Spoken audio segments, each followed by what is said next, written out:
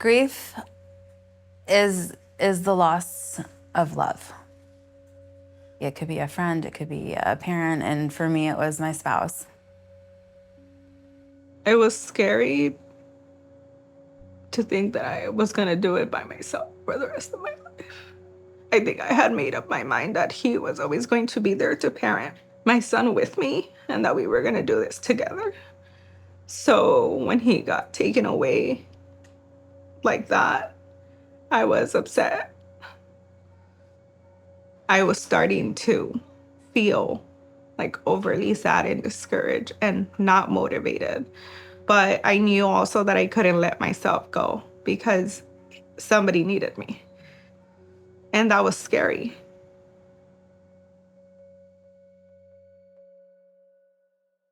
There's no right or wrong way of grieving, right? Grief is a process. So meeting the individual where they are is important. So Uncle Freddie used to hang out on his porch all the time, and he just loved on Dominic so much. Like a grandfather figure. Yeah, was definitely a grandfather figure. He'd run down the street, and they would shoot Spider-Man webs at each other. They'd be like, psh, psh, psh.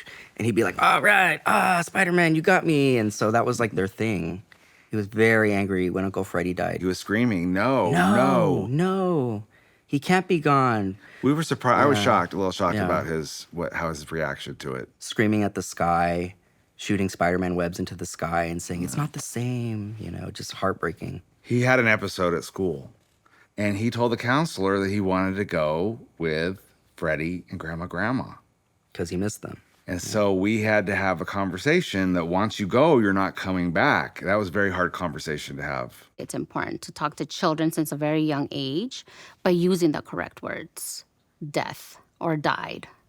Staying out of the euphemisms, right? Like you want to say death and not they went away or they went with God or they went, somewhere. Because then the child's going to be like, well, when is Grandma coming back?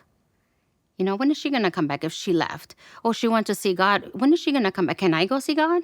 Death and grief are really hard topics for parents to talk to their kids about, partly because it's just hard for us to talk about death and grief and to think about it.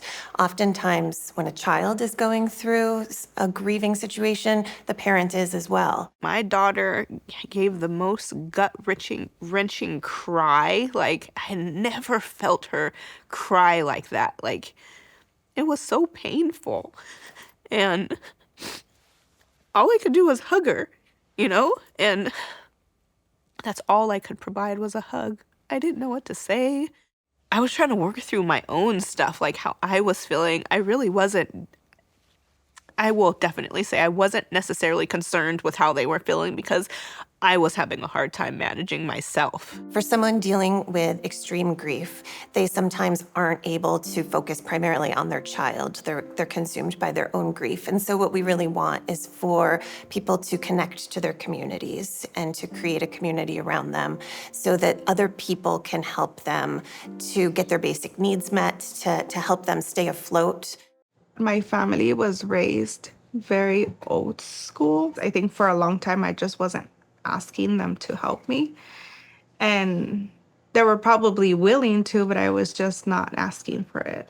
And so just asking for that time where it's like, hey, like, Mom, can you stay with him for, 20 or even 15 minutes? Like, my mom would never say no. I just wish that I would have taken a little more time from the beginning to help myself too, so that I could help my son, but also be in the best state to help him. I couldn't grieve like all the way because I had to be a mom. So when they grieved, I kind of grieved because they were grieving, and then not understanding I had my own grief to go through.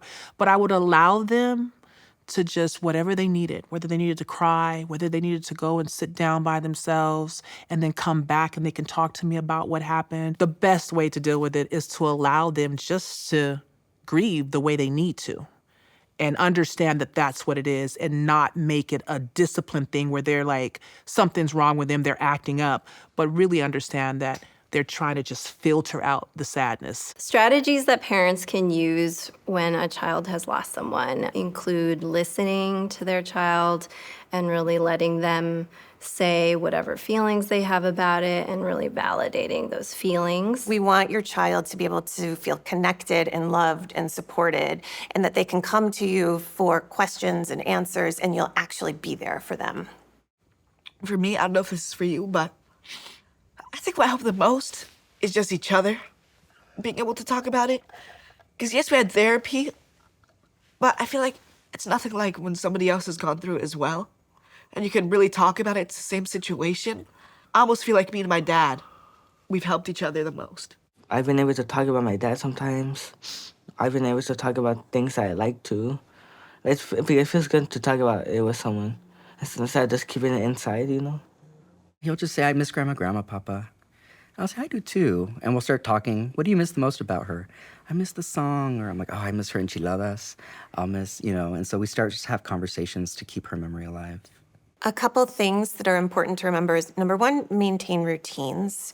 Because a lot of times we think that we should forget about school. You don't need to go to basketball this week or this month.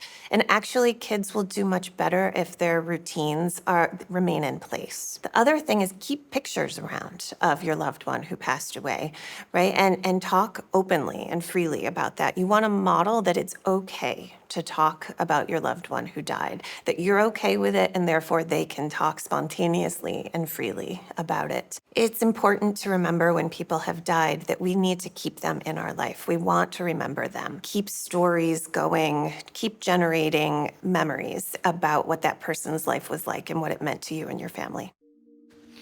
This is Max. When they were little. Actually, Max, you remember this? Yes, wasn't that by the beach? Yep. Yep, at that restaurant. I remember This that. is Santa Monica. He passed away November 1st, which is El Día de los Muertos. And so we put an altar for him. The idea is that they will come and they will enjoy this and they will see that, you are celebrating their life, essentially. We do cake and music, and then we eat wings because that's what he used to like to eat. That's her urn over there. We constantly decorate it with different things. So right now she's celebrating Pride Month, and often they'll make things for her and they'll leave them there, or they'll decorate it. They'll go on their own, and if they're just kind of thinking about her, they'll be like, Mama would really like this, or I'm just gonna leave this here for her. Curry is one thing that his father or their father liked, When I make curry, I think that's a remembrance, and they're so happy. Everybody's happy, especially my 19-year-old, because, he's like, I like it, He remembered the smell, I think. it just gives him just that comfort. Grief is one of these things that is ubiquitous. It affects us all.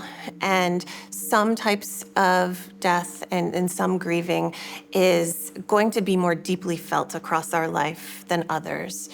And at the same time, the norm is to get used to the new normal. Slowly, it starts to get better over time. Eventually, we find ourselves experiencing increased moments of joy, and we make new connections while maintaining our love and connection to the person who passed away. Sometimes when we're going through grief, we feel like some guilt for some of the things that we do or didn't do. But just know that that's part of the process. It's hard to navigate it and know what to do and know what's right. And there's not really a right thing. It's just different for everybody.